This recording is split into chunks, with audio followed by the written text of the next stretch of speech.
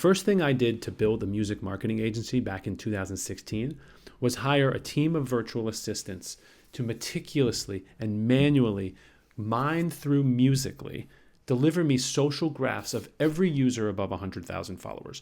I'm talking a Google sheet with thousands of rows, dozens of columns that tells you all of the social media profiles for each of these individuals. Today, I'm going to show you how to do that automatically for your artist roster, your A&R pipeline, or any other data that you're keeping in your Airtable base. In the last video, we created a system whereby when a new artist is added to the base, a request is made. You see this is running here into the Spotify API, which puts that artist back in the base, including their profile image, follower count, popularity number, but most importantly, that Spotify profile URL. We're now going to take that profile URL and then use it in a different data source to bring us the social graph that I was telling you about. First thing we need to do is create an environment for this data to live. So I'm going to copy the Spotify URL field, retitle it TikTok profile URL. Do the same thing for Instagram.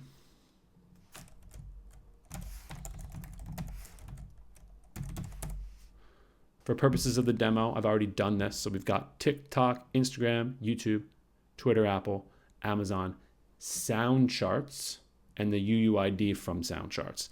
This is the data source.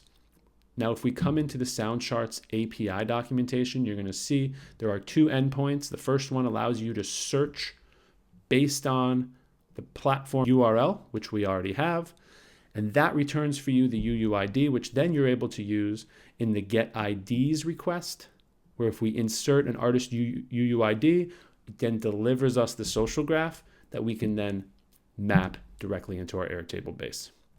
Create an automation. Trigger is going to be when record matches conditions in the artist table, whereby the Spotify URL is not empty, which means that first automation from last video ran properly, but the UUID is empty,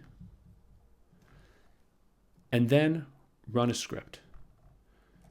I'm going to paste the script I already wrote and walk you through it top to bottom. First line is to define inputs. The first one will be the record ID of the artist that you're retrieving information for. The second one is going to be the platform URL of the artist that you are retrieving information for, and that's going to be that Spotify URL field. And then the next two inputs are going to be these unique keys that you need in order to access Soundcharts API. And if you comment below or reach out to me directly, I'll show you and tell you how to get those. So here we go. That's my app ID. And then this is my API key. Boom.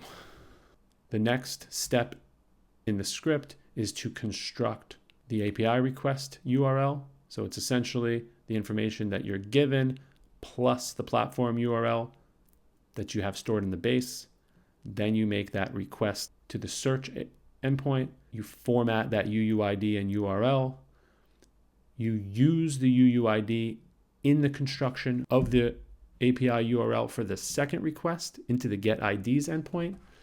You make that request. You then take the information and you map it into your Airtable base. Let's click Finish Editing, turn it on, and now let's say we're adding Charlie XCX into our base. You'll see the first automation is now running. That's the one from the last video. As soon as that runs, you're going to see Charlie's profile show up here, just like the Killers, with the image and everything from Spotify. Let's give that one more second.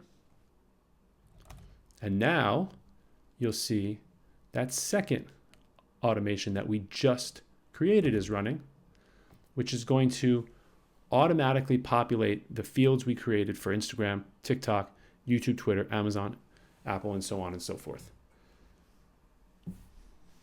Boom. There you go. You've created a system that automatically retrieves social graphs for all of the artists that are on your roster or that you're scouting to be on your roster or whatever that may be. Let me know in the comments what you think. I'll drop a link to the Soundcharts API documentation in the description. Take a look. Let me know what other endpoints are interesting to you. And let me know if you want to see that same automation script be expressed using a Zapier or a make.com, something that might be a little less intimidating than writing your custom JavaScript code into the Airtable automation itself. All of that is possible, and I'm happy to show you guys how it's done. Thanks so much.